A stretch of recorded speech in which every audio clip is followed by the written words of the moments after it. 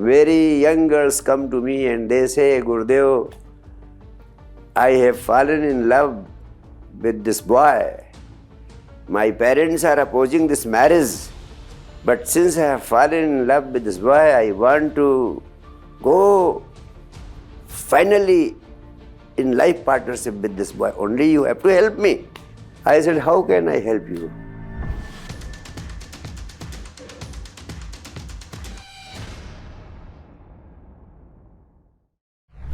Hi, I am Divya Sukul, the founder of Aurum Productions, My Match Guru, and the International Book of Honours. I am on a journey to understand the true meaning of love and relationships today on a spiritual level. Today I am very enlightened to be with the enlightened soul, Sri Sakshi Shree. Namaste. Namaste. Heartiest welcome, Divya. Thank you very much. I will love interacting with you heart to heart. So my first question would be, how do you define love? Well, Divya, I see love as an intrinsic urge for oneness with someone. Okay. You see, in this vast universe, everything is rushing for a union with its original source. Just for example, you see, the source of fire is sun. And you can lit fire anywhere on this planet. You will find that its flames are rising upwards, higher and higher, as if they want to run to meet the sun. You see, the source of water is underground. Yes. So, wherever you may throw the water, but it will always try to run underground. It will be going downward, searching its destination downward, as if the water is also keen, eager, and intrinsically running to meet its original source. You see, the source of a pebble, a stone, is the earth.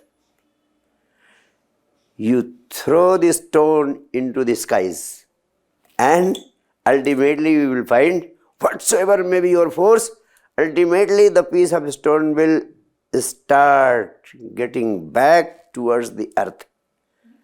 So, you were born, and the moment you were separated from the womb of your mother, you started crying, because you were separated from the original source of your being, from where you had been receiving all nutrition and life energy you had been receiving through the mother. After you were separated, you cried, and throughout life you had an instinct, an inner urge towards your mother, and mother is also a medium towards the original source of your being, that is the universe, or the infinite wisdom of the universe, or you may say the infinite energy, or you may say it is something like godliness. So, in brief, I can say, I would like to define love as an intrinsic urge in every being for oneness with the original source, for oneness with someone else. The examples that you gave were very interesting, I must say. Yes. So my second question to you is, how do you know when someone's the right match for you? The question seems to be very short, very simple, but it is a very complicated, because when you are looking for a match for life partnership, you are trying to find something which satisfies your imagination, which satisfies the best that can be possible on this earth for you. Because it's one thing, one choice, and one opportunity to get someone for life partnership. Then whenever the question of finding a right partner arises, there are two ways. One, you start judging the other person, whether the person concerned fulfills your requirements or not. And you apply your brains. It is again very rightly debatable whether the criteria which your brain, your reasoning, your argumentation applies in reaching a judgment is free of all faults or not. Very often it is never free of faults. And the more you try to think and decide on the basis of your reason, the more vulnerable you become and the more difficult it becomes that you reach the right choice. So now the question arises, then what to do? What I have personally felt, that there are three sources we apply to decide or to reach right judgment about anything. One is the head part. We argue, we reason, and out of reasoning and applying intelligence, we try to see whether the person is right or wrong. But that is prone to commit fallacies and faults. The other source that we apply is the heart. Heart also knows, and the knowledge through the heart comes entirely in a different way. Here no reasoning is applied. Here you expose yourself from within towards a person, and it is through the heart, without applying your mind, you start feeling something about a particular person.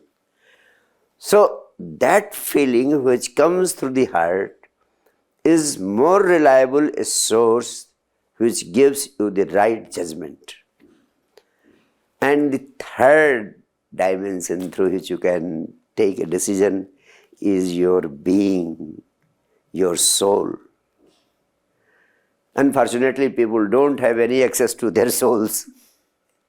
And that is why the third dimension people fail to apply, and they fail to take any decision through their being, through their soul. Right decision always comes only through your being, through your soul. And the decision of the being comes only when your mind, heart, and soul, they are working harmoniously with each other. And that is possible only when you have learned the art of being joyful with your own self. And that is possible only when you can experience the joy of being alone. The greatest joy of this life is felt in your aloneness when you get connected to your being, to your soul. And in that state, you become one with the energy of this existence, and then you have not to decide. The decision automatically happens, and the right decision comes on its own. Unfortunately, people don't have that access to their souls, to their being, and even more, people don't have any access even to their hearts. People are largely living this life only through their mind. Their love is also being experienced only through the mind. Very young girls come to me and they say, Gurudev, I have fallen in love with this boy. My parents are opposing this marriage. But since I have fallen in love with this boy, I want to go finally in life partnership with this boy. Only you have to help me. I said, how can I help you? The girl says, Gurudev, I have not gone blindly about this boy. The boy is earning a lot. He has got a very big house. He has got so many cars. He has got so many luxurious ways of life and living. And you should convince my parents that I considered all these things. Then I fell in love with him. So their falling in love is also through the mind. If mind supports them, they are ready to fall in love. So, as long as you are trying to find a life partner, the basic question is, everyone is trying to find a life partner just to make his or her life joyful with the other person. If you feel that your purpose is to extract joy from the other person in your future life, then be sure you are going to be disappointed, because joy can never be always extracted from any other person. For some time this relationship may go on, but in due course of time the relationship is bound to fail. The purpose of this relationship, the purpose of relationship with a boy as a life partner should be that I am joyful from within and I want to share my love with someone. And if you enter into any relationship with this purpose, then the first requirement is whether you are joyful from within, whether you are joyful by yourself or your joyfulness depends on the other. If it depends on the other, maybe the life partner, you will be never joyful with the other person. That is why I say, first one should learn to live happily with oneself. Only then you can live happily with anybody else. What is the role of astrology in finding the right match? Oh, you see, astrology is a science which is based on the planetary movements. So everybody has his birth time, planet situations, planet positions, and on the basis of that, it is calculated broadly as to what would be the nature, character, future, and different dimensions of life of a particular person. And no doubt it has been a science and through which it has been continuing since the ages, at least in India.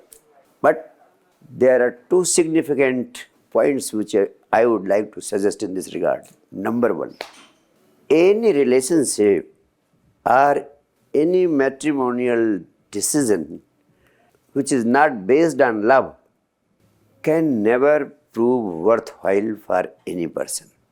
Secondly, what I personally feel that the interpreters of the horoscope in present times are very rare.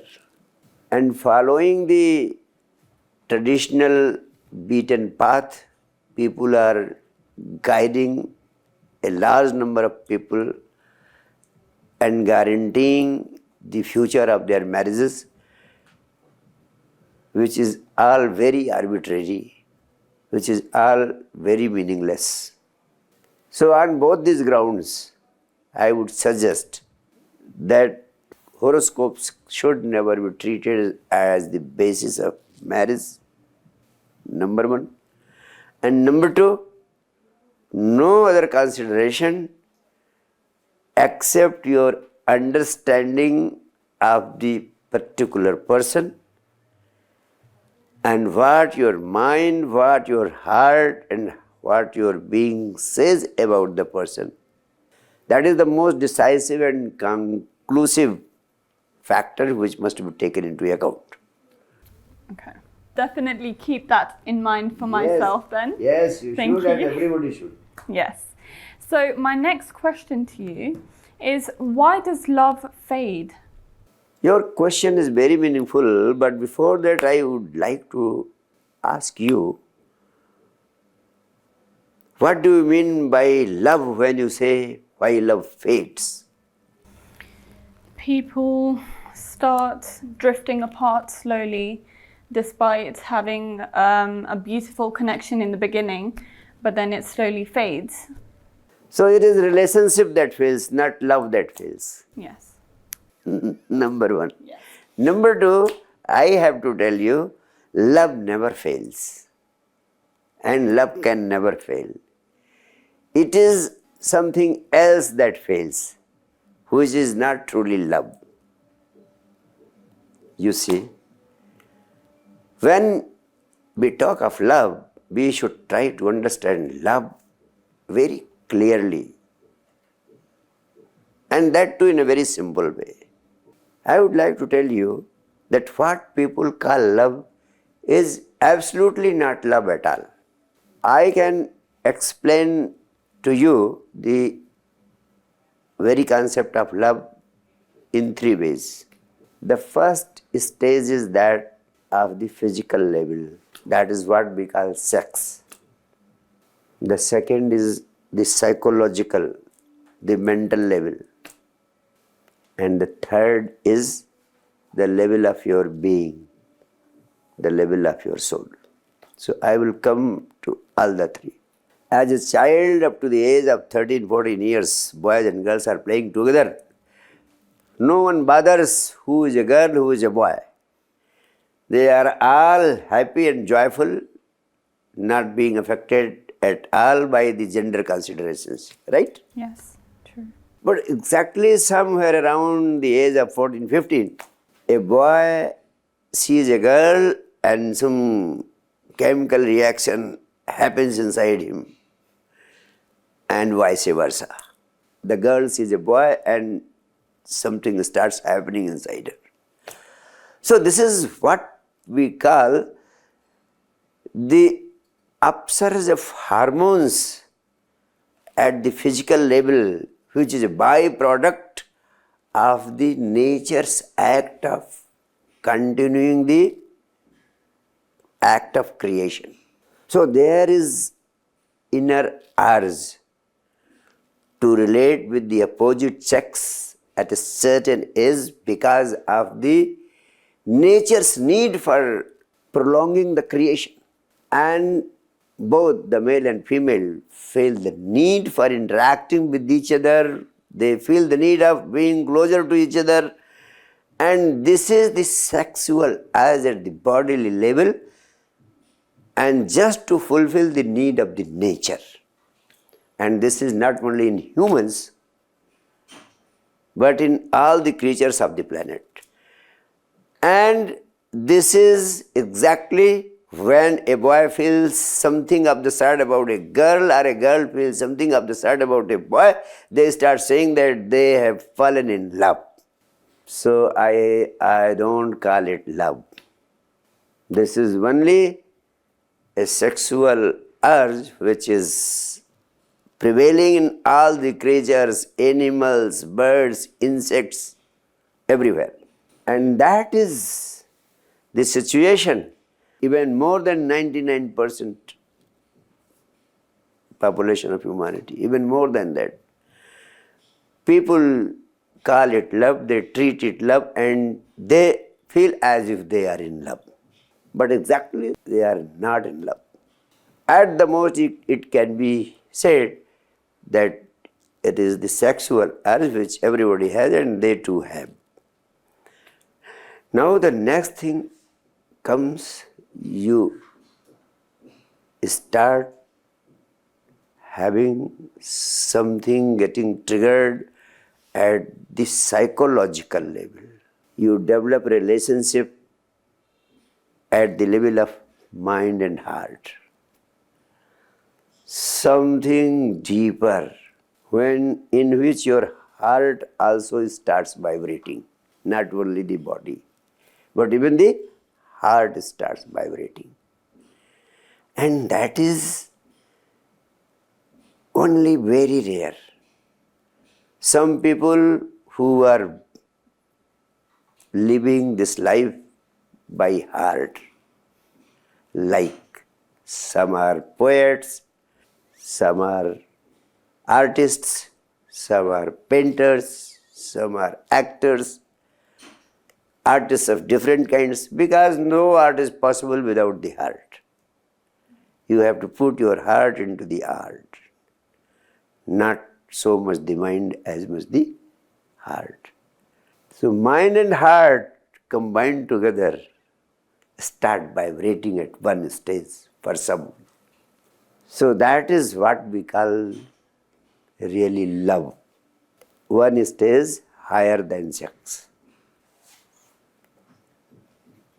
And then the third dimension is when your mind, heart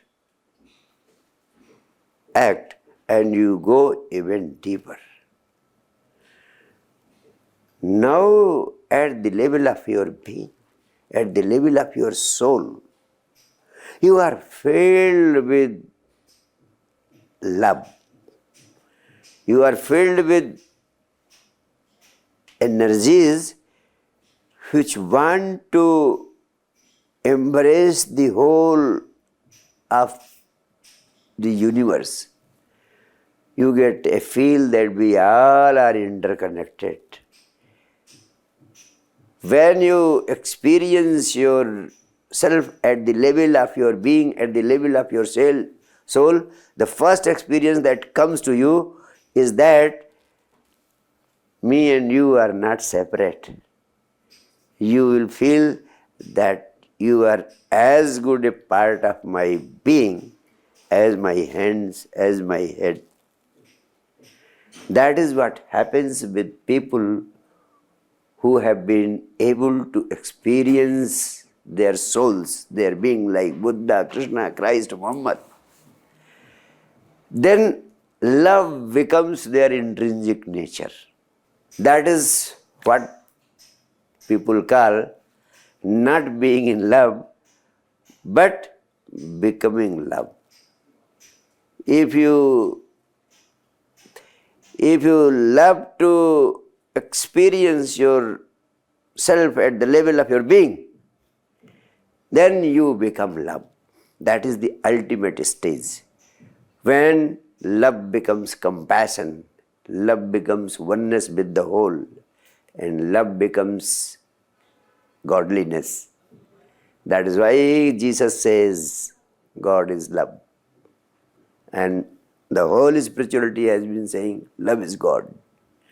It is that state when you can relate yourself at the level of your being. So, these are the three levels of love. If it is the first level of love, what we call sex, and because of the bodily factors that this relationship has happened, then again, what is love? Love is an intrinsic urge for oneness with someone. So, if your attraction and your relationship at the physical level, you will try to experience oneness with the other person. But experiencing oneness with the other person at the level of physicality is impossible. For example, I can try to put my hands together physically as closer as possible, the closest possible, but still the oneness cannot be achieved. Some distance still remains. So at the physical level, this oneness is impossible. So more than 99% marriages, relationships are born out of love which is at the physical level, and oneness is impossible at that level. That is why we say love fails. Because it is that love which is confined only to the physical levels, and that is bound to fail in any case. All such love affairs fail in due course of time. Some does not seem to fail, but they also ultimately fail. They do not seem to fail simply because they do not declare that they try to drag on in some form or the other just to continue the family affairs. But the second kind of love, that is born out of mind and heart, that is also very fragile. Love cannot be termed as an absolute reality. It needs to be nourished. It needs to be cared. Eternal vigilance is the price which the lovers have to pay for making their love alive. And this eternal vigilance people are lacking because it requires day-to-day care. It is like a beautiful plant which you have planted in your garden. If you take daily care of the plant of love in your garden, then it will grow, it will bloom, it will have fruits and flowers. But if you leave it on this ground or on that ground, then it is bound to fade. That is why so many artists, so many poets, so many persons who have been living by heart, they enter into relationships of love, but their marriages ultimately fail. Their relationships fail because the food that is required for the nourishment of love is not offered to the plant of love. Right. So, what's the best way to express your love to someone despite being an introvert or an ambivert or an extrovert? If you are filled with love for someone, you will never require ways to express it. Your eyes will speak it, your face will speak it, your whole being will speak it, your words will speak it. And it will become so obvious that you will not be able to hide it. Okay, that's beautiful. So, how does one get the right life partner and how to make right decisions whilst in a relationship? You see, Divya, there is no right person who can be a right life partner. For that, you will have to first work upon yourself, number one. Number two, before deciding the right person, you should sit down in isolation and think whether you are yourself the right person for anyone. If you consider yourself to be the right person for anyone, the right person will automatically get attracted towards you. What I want to convey through this is the simple fact that no person is the right person. If you put your heart into someone, that person becomes the most wonderful person. And that person starts having beauties of the whole world in himself. It depends as to how much heart he has been able to captivate from you. So, in that case, are love and relationships destined or not? You see, people have been living unconsciously through the ages and ages, through lives and lives. So, every person has developed a specific pattern of life and living. And that is why their lives can be protected on the basis of astrology.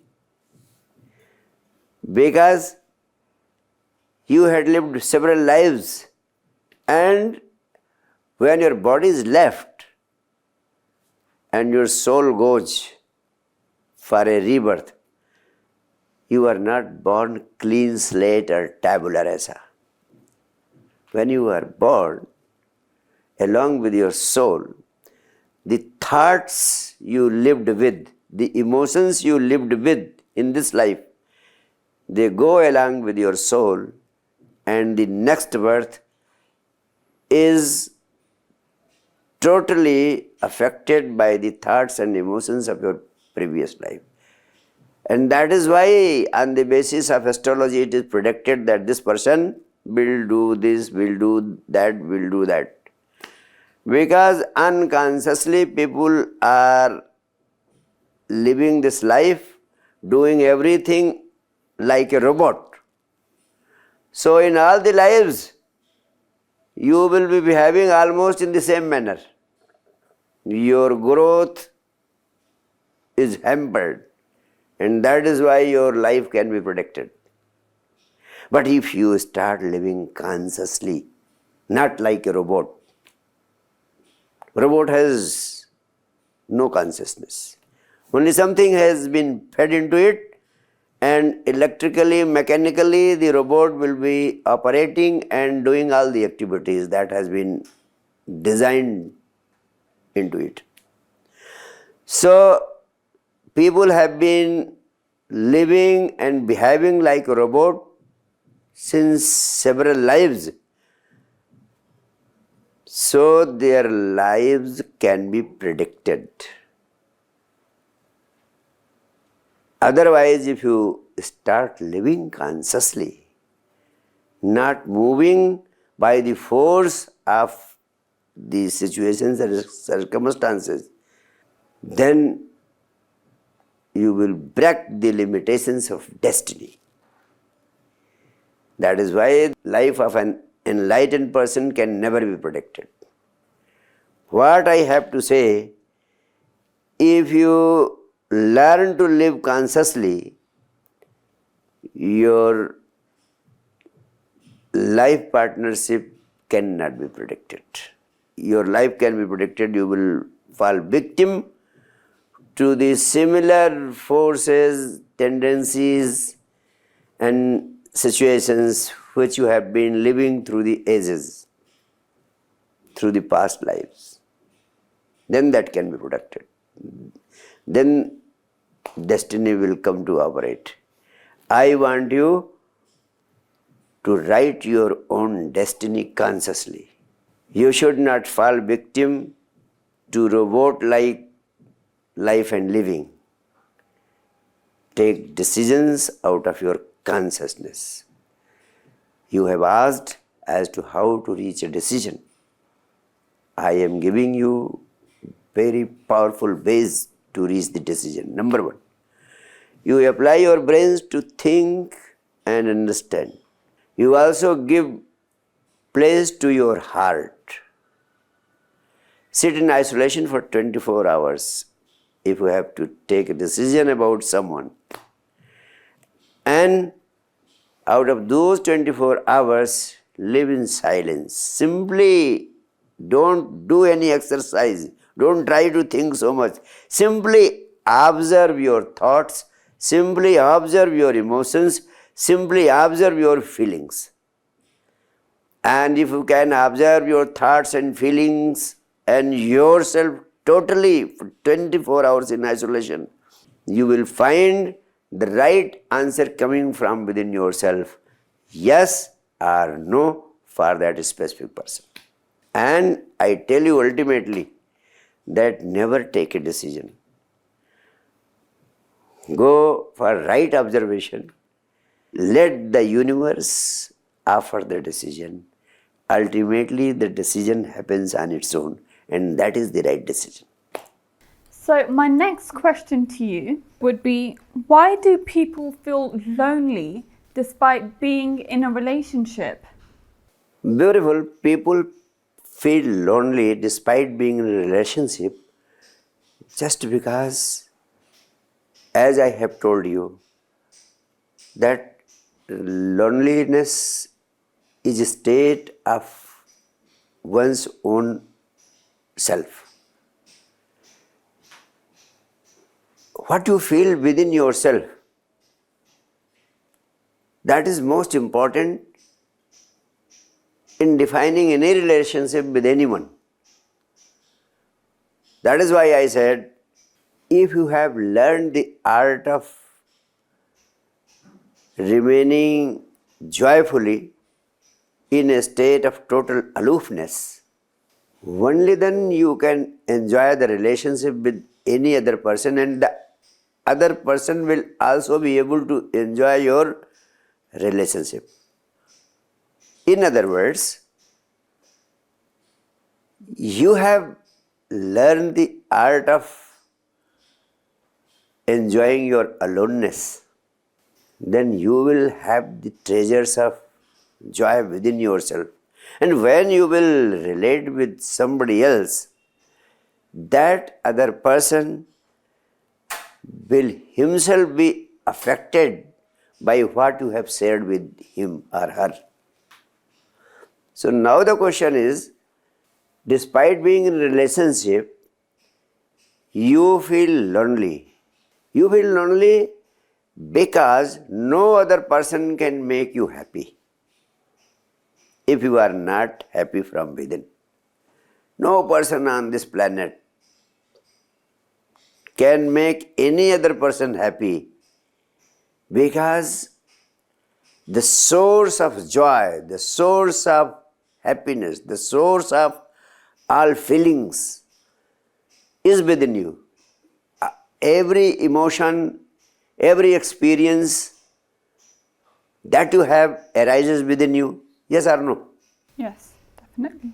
Since every experience is arising within you, so how are you within yourself? That is what determines your relationship also. The other person cannot hold the button of happiness for you. He cannot switch on and make you happy. He cannot switch off and can make you unhappy.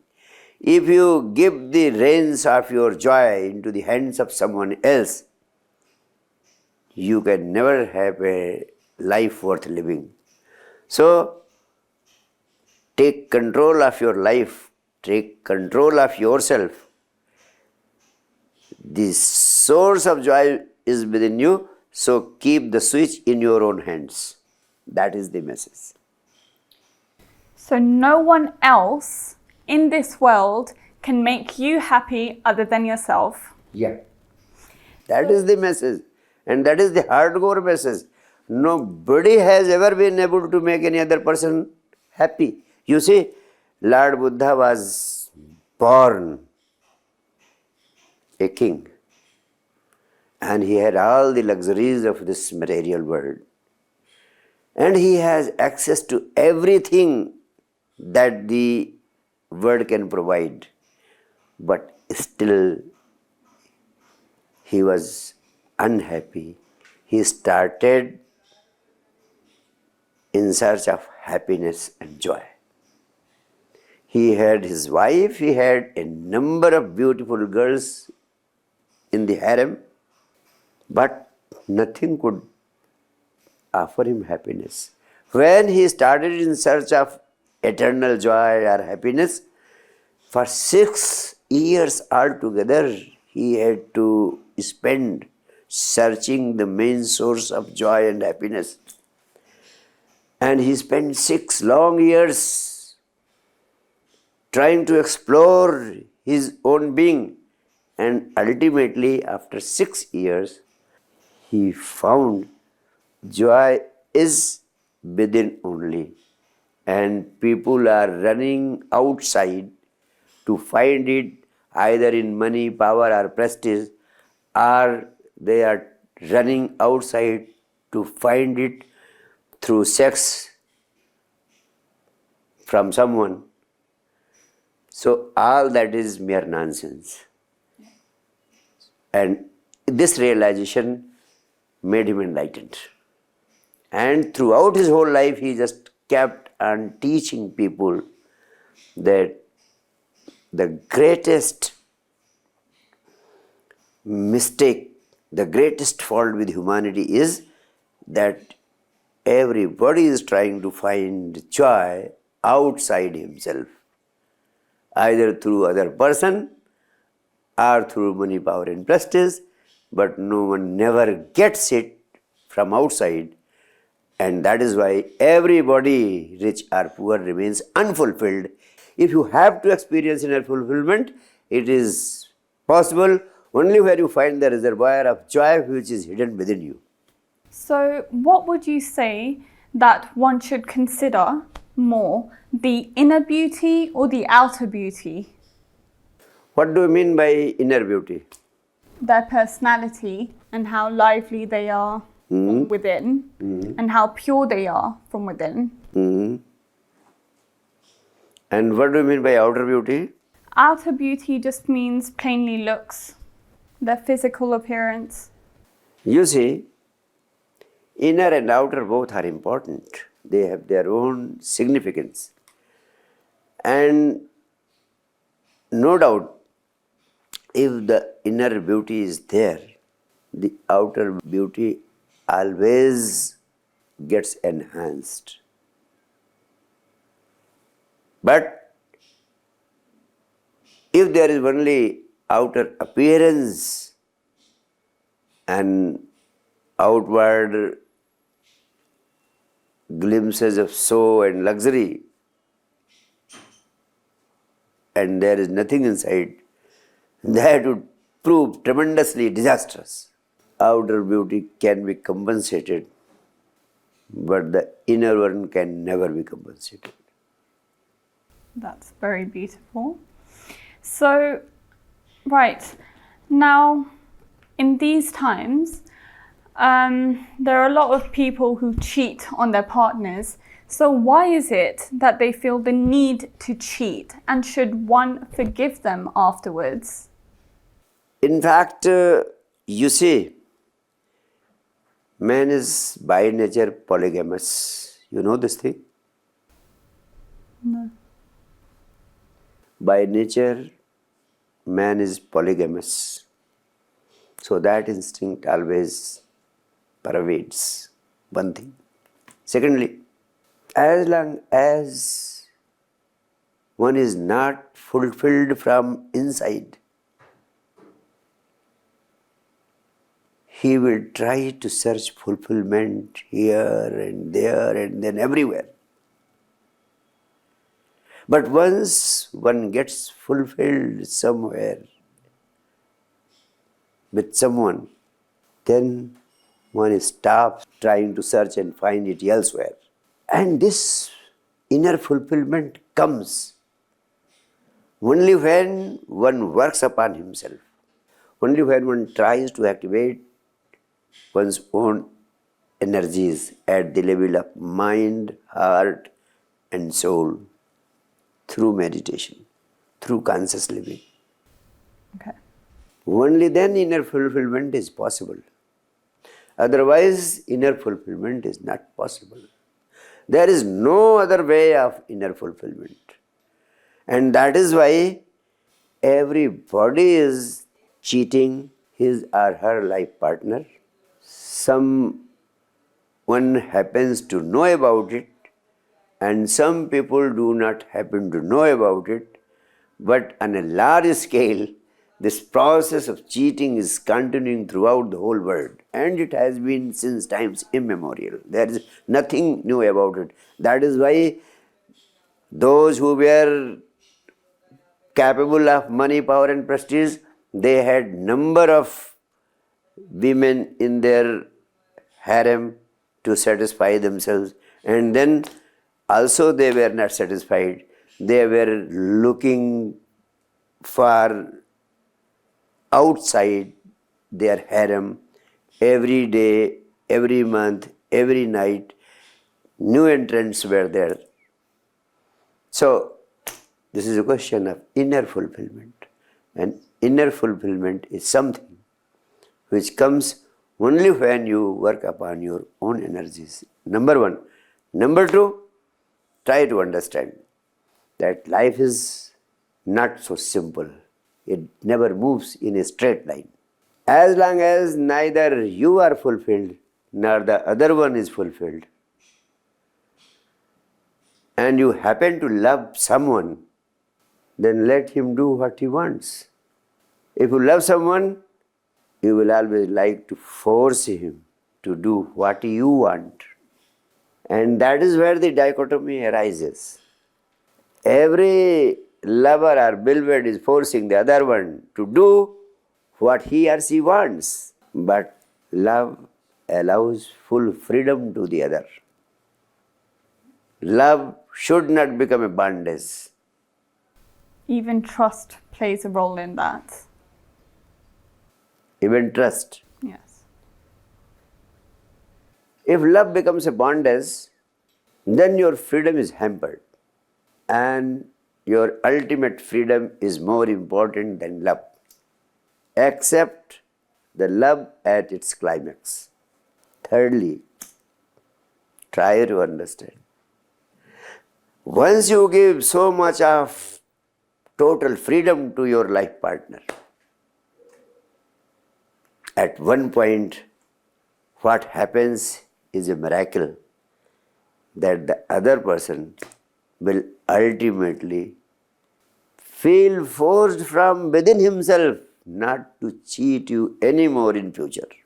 That is something of great experience. Seems paradoxical, but that is how this life is. It never moves in a straight line. Yeah. But these are the facts of life. So, for example, if you love someone truly and you think you can have a future with them, and your family does not accept the partner that you're choosing, so what should you do then? Should you listen to your family? Should you go ahead with a partner? My advice is you have to act consciously. What you are doing, not significant. How you are doing is more significant. Whether you are taking this decision consciously or you are taking this decision unconsciously. That is the whole point. If you are consciously taking a decision that you truly love someone and vice versa, even the whole world may be opposing you, you have got a single life to share your life with someone. Obey your inner dictates of the soul and don't bother even about the whole world. Okay. So, what would be your key messages for love and relationships? Love is the greatest virtue of life. If you can experience true love, you will experience godliness in your life. And that is the ultimate objective of this human being. And that is the ultimate potential which will ensure that your being has bloomed to the full. Realizing your optimum potential means that you have experienced love in its true sense, in its true form, means experiencing godliness, and that means not the love that is born out of bodily level experience, what we call sex, and that is also not love which is confined only to the mental levels. That is, the true love is one which vibrates throughout your whole being, goes up to your soul, and it unites you and offers you the experience of oneness with the whole universe. It is something, what I say, the ultimate experience of life. And as regards relationships, if you have really experienced love within yourself, for which relationship any other person is not required, if you have experienced it within yourself, then whosoever relates with you, that relationship will always prove successful. That can never fail. Because love never fails. It is only false love, what we call sex, or love limited to the bodily level, which we call love that fails. And Divya, more so, in view of all your questions, I have to tell you certain important fundamental realities about men and women and about their relationships. The fundamental reality about men and women, lover and beloved, husband and wife, is that they are complementary to each other. They are halves of the other. But at the same time, they are diametrically opposite polarities. Their attitudes and their approach fundamentally differ from each other. But when they, and this fundamental difference between them becomes a source of attraction also between them, because the opposites only attract. They are different in their attitudes and approach, and the greater the difference, the greater the attraction. The greater the distance, the greater the attraction. But when they meet, come closer, and start living together, these differences, which had been the source of attraction, become a source of tension, turmoil, and conflict. And this happens to the extent that even the greatest love affairs of this earth fail. So now the question arises, what is the way out? In fact, every husband and wife, every lover and beloved, all men and women must always remember the truth that their meeting is the meeting of two diametrically opposite energies.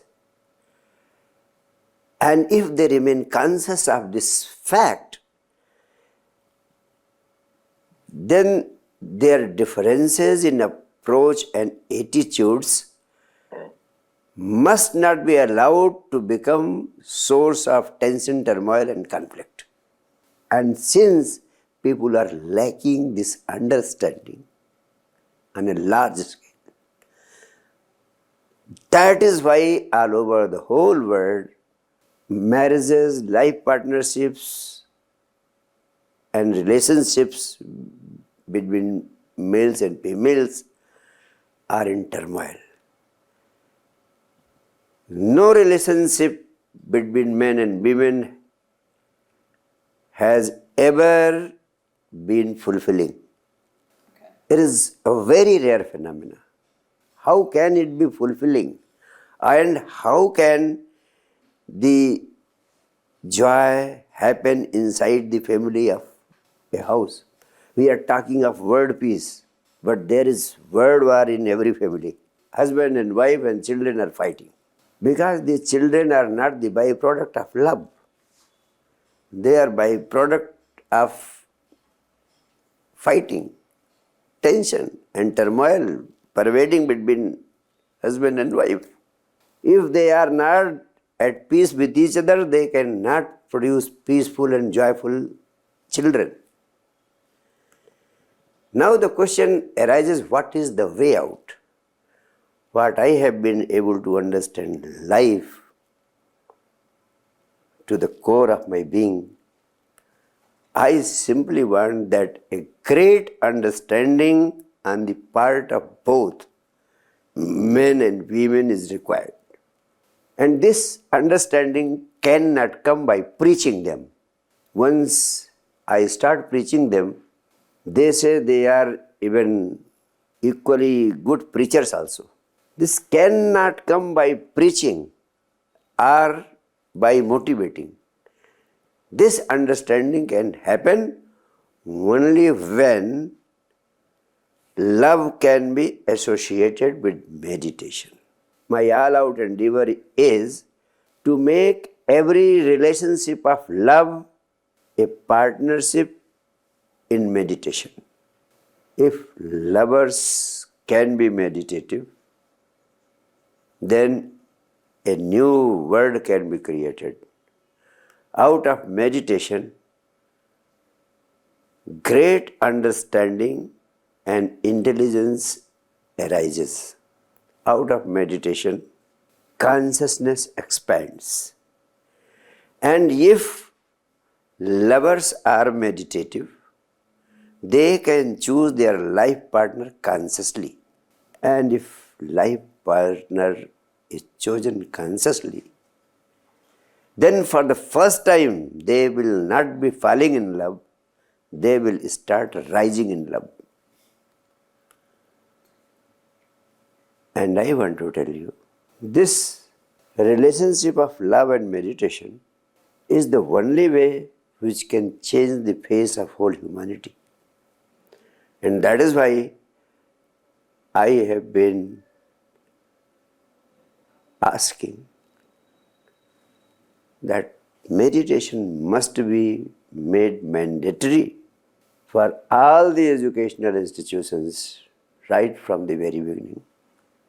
And if you cannot experience yourself at the level of your innermost core, you can never have inner fulfillment in your life.